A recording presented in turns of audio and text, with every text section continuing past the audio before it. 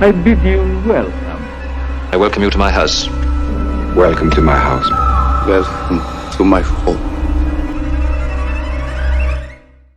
Hello horror hounds and welcome to my horror house. Our look back through the vampire films of Hammer Studios has brought us to the Satanic Rites of Dracula, the last film to star Sir Christopher Lee as the King of Vampires.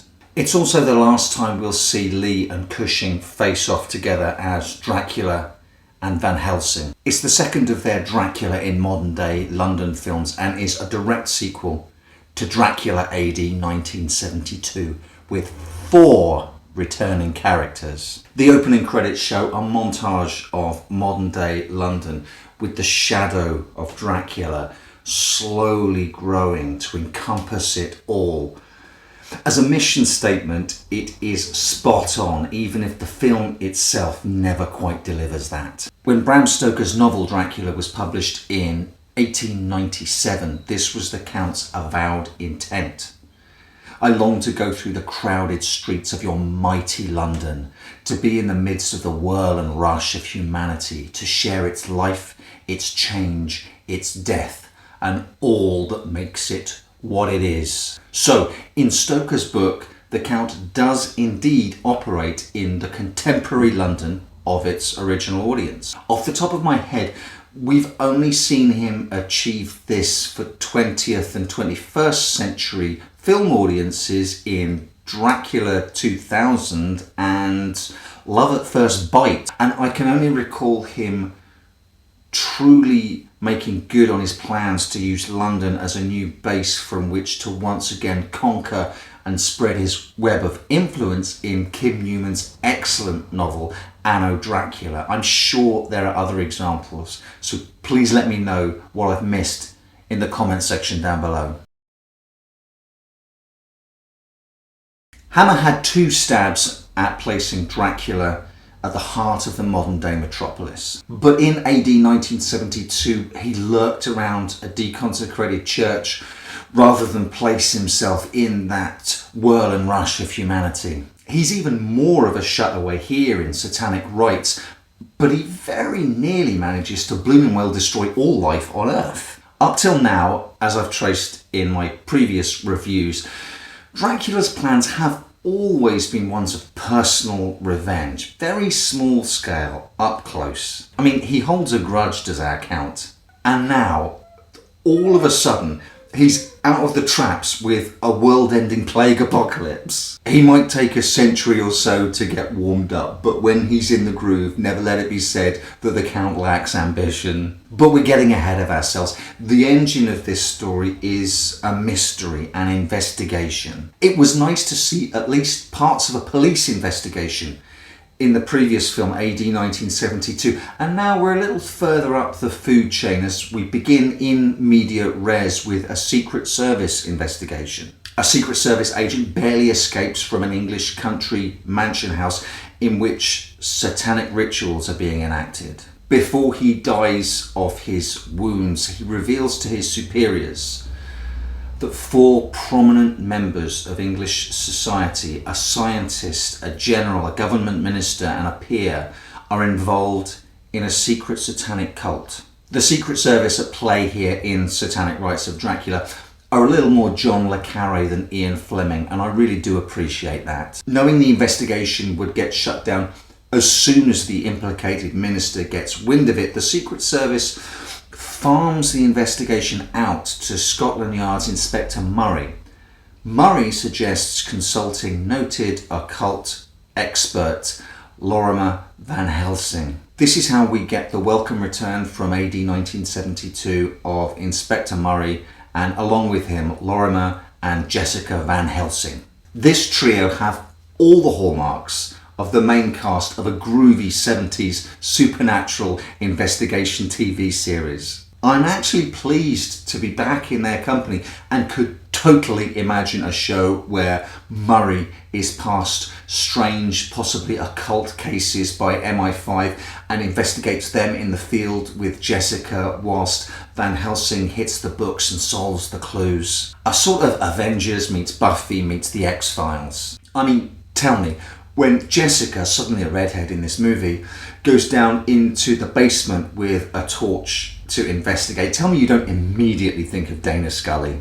And it's not as if Hammer never toyed with the idea of the continued adventures of Van Helsing anyway. The second film in the Dracula franchise, Brides of Dracula, is essentially that, and it's a notion they'll return to with Van Helsing in China in The Legend of the Seven Golden Vampires, although Dracula pops up there as well. We'll talk about that when we get to that film. And right after this movie, Captain Kronos hinted at some kind of ongoing occult investigation and vampire hunting adventure series as well.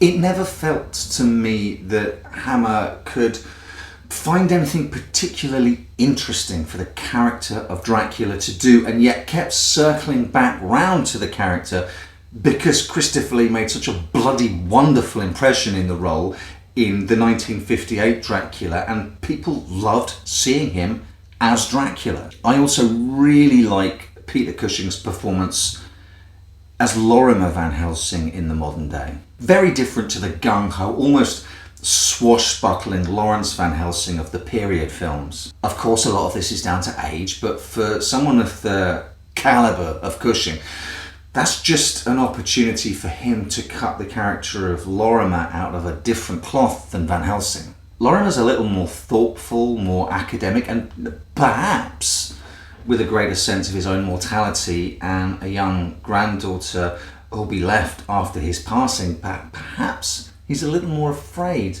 than Lawrence, all of which makes his courage of a different stripe to that of Lawrence, who's on his holy mission. So the investigation leads to a high-powered satanic cabal and the mysterious and reclusive industrialist D.D. Denham, who turns out to be Dracula, because of course he does, because Dracula's name's in the bloody title of the movie, and we've seen him in the country house from the start of the movie. And this is the bind that Hammer is in. They sell these Dracula flicks to financiers and distributors off the back of Christopher Lee as Dracula, and therefore they have to advertise the film as such. Can you imagine the coup of keeping Dracula's presence a secret, only to have him appear in the final act of the movie? Oh well, instead we get the faintly ludicrous scene where Van Helsing goes to visit D.D. Denham on a hunch and gets a light shone directly into his eyes so that he can't see that the guy right across the desk from him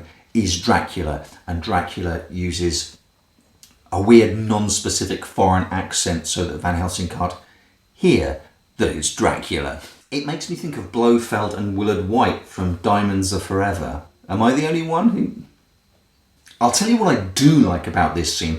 Dracula is wearing a suit. Thinking about it, if the Count had actually left the church in AD 1972, how cool would it have been to have seen him swanning around London in a tailored black Savile Row suit? Why is he so married to that evening-wearing cloak? Dracula would move with the times, and seeing Christopher Lee enjoying the swirl and bustle of a modern metropolis in a sharp suit would have been glorious. Just that visual cue alone would have stopped his presence seeming so musty, and sure, he could have donned the classic cape right at the end of the movie when he's performing the ritual at the moment of his greatest triumph. This is one of the many reasons why I love the Francis Ford Coppola Dracula. As soon as Gary Oldman's Count gets to London, he gets himself the most natty threads and looks like a mother-loving pimp. My favourite scene is where Van Helsing goes to meet his scientist friend, Julian Keeley, played by the incomparable Freddie Jones, who's one of those British thesps who you can 100% rely on to overact just the right amount in these genre products. Keeley is a biologist involved in bacteriological research and is also one of the 4 conspirators in the Satanic Cabal. Van Helsing finds him in a state of extreme mental distress. He's really drunk Dracula's Kool-Aid on this one and has basically designed a super bubonic plague which will wipe out all life on Earth. With the Cabal and the Satanic rituals, at times this film feels more of a piece with Hammer's 2 Dennis Wheatley-inspired movies, To the Devil a Daughter and The Devil Rides Out, than it does with their previous vampire films. And that's maybe one of its downfalls.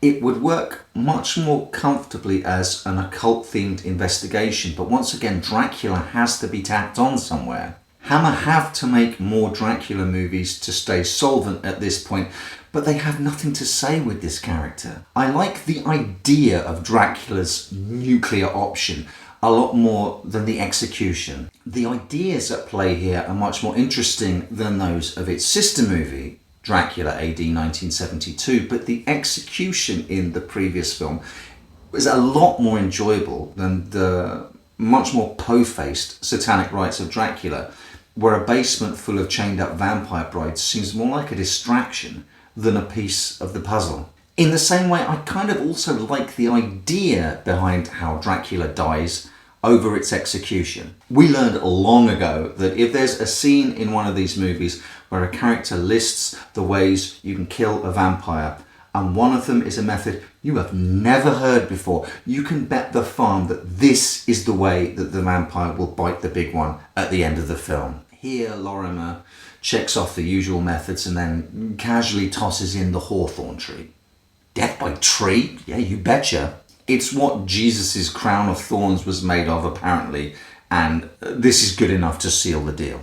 It's a pity we can't find out what Jesus' favourite sandwich was or his favourite joke, because a little banter at a finger buffet would be enough to cast the undead back into the pits of hell. That said, there's something quite delicious about the idea of Dracula tearing himself to pieces on these thorns to get at his nemesis, Van Helsing. It's just that in execution it seems a little improbable, and then to end up right next to a rickety fence of sharpened wooden posts, well, that's just bad karma. Either that or a sign of a scriptwriter who's grown desperate to type out THEEND.